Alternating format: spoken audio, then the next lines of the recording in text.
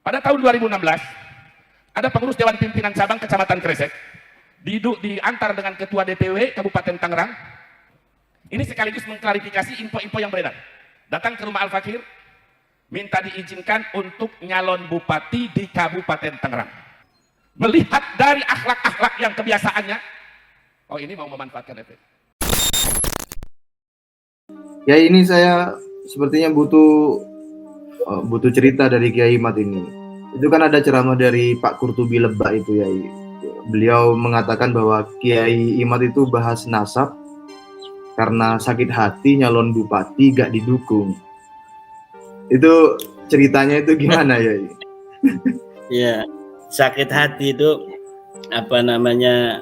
Ya, sakit hati itu orang-orang yang lemah ya yang sakit hati itu. Kalau mengenai calon mencalon itu, Mas Rifki, keluarga saya ini ya selain dari keluarga pesantren santri juga keluarga banyak politisi.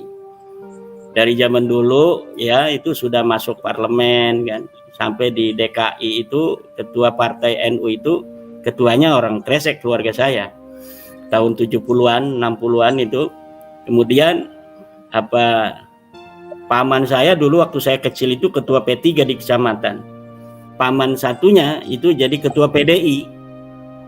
Ya, jadi ini ya ketua P3, ini ketua PDI, satu keluarga beda-beda partai. Hanya Golkar saja yang tidak itu karena orang kecamatan yang jadi ketua partai Golkar itu waktu itu. Ya. Jadi kalau calon mencalon itu sudah biasa. Bahkan tahun ini nih 2024 ini Mas Rifki, keluarga saya Bani Usman itu 12 orang mencalonkan diri jadi caleg. 8 orangnya itu terpilih. 8 orang terpilih dengan partai yang berbeda-beda. Jadi hal-hal calon mencalon kemudian jadi tidak jadi itu sudah biasa. Mengenai benar saya dulu pernah mencalonkan ya tahun 2017 kalau tidak salah, memang waktu itu tidak ada calon yang berani melawan petahana.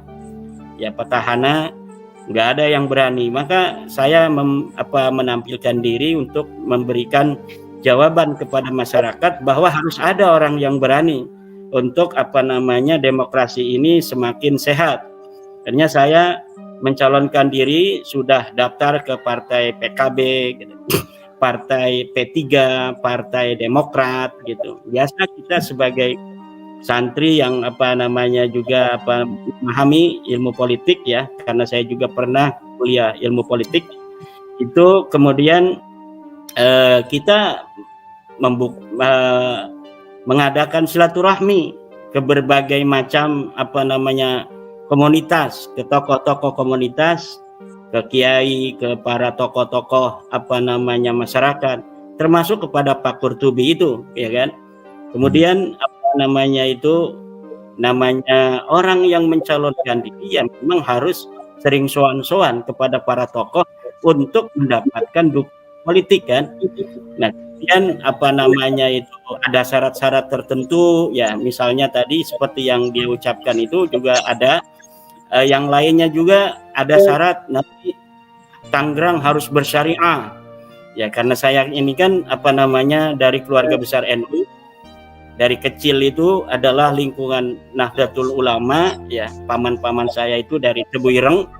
Kemudian kita diajari agama itu agama yang substansialisme, bukan agama formalisme, di mana simbol-simbol keagamaan itu tidak terlalu penting daripada isinya, yaitu yang itu ditanamkan oleh ajaran-ajaran Nahdlatul Ulama. Ini tahun 1936 di Kresek itu sudah ada majelis wakil cabang. Kiai Muhammad Amin, bapaknya Kiai Ma'ruf Amin itu datang dari Mekah tahun 1936 itu langsung menyusun kepengurusan tingkat kecamatan MWCNU. Saya pun kan tahun 2006 itu ketua majelis wakil cabang NU di kecamatan Kresek. Ya. Akhirnya karena itu ada syarat-syarat tertentu, harus bikin FPI di tingkat desa dan lain sebagainya. Ya saya kan kader NU, saya lebih menjadikan ajaran-ajaran Nahdlatul Ulama inilah yang harus menyebar di tengah-tengah masyarakat. Karena ajaran Nahdlatul Ulama adalah ajaran-ajaran yang telah terbukti sebagai ajaran yang mampu membawa keberagamaan di Indonesia seperti sekarang ini. Mulai dari zaman Wali Songo, ajaran-ajaran rahmatan lil alamin, ajaran-ajaran yang penuh dengan toleransi, ajaran-ajaran yang penuh dengan akhlakul karimah diajarkan oleh para Wali Songo, kemudian kepada para kiai sampai kita hari ini. Jadi saya lebih mengedepankan bagaimana ajaran-ajaran Nahdlatul Ulama di kampung saya ini untuk semakin menyebar. Ya, itu sebenarnya begitu. Ini sebenarnya pengalian isu saja, Mas Rifki ini. Sebenarnya itu bom nuklirnya itu belum berani dikirimkan. Katanya tuh beliau sudah mengarang bom nuklir tuh. Bom nuklirnya sudah jadi dibakar itu di pondoknya, tapi belum berani dikirimkan ke saya. Nah, atau misalnya kalau misalnya harus bayar ya kita bayarlah, kalau misalnya kitabnya di COD ke sini kita bayarin gitu kan. Dulu ada seorang kiai dari Sukabumi yang membuat bantahan terhadap tesis saya, kemudian diantarkan ke pondok saya. Kemudian kitab itu berbahasa Arab oleh kiai dari Sukabumi, Syekh Abdullah Mukhtar.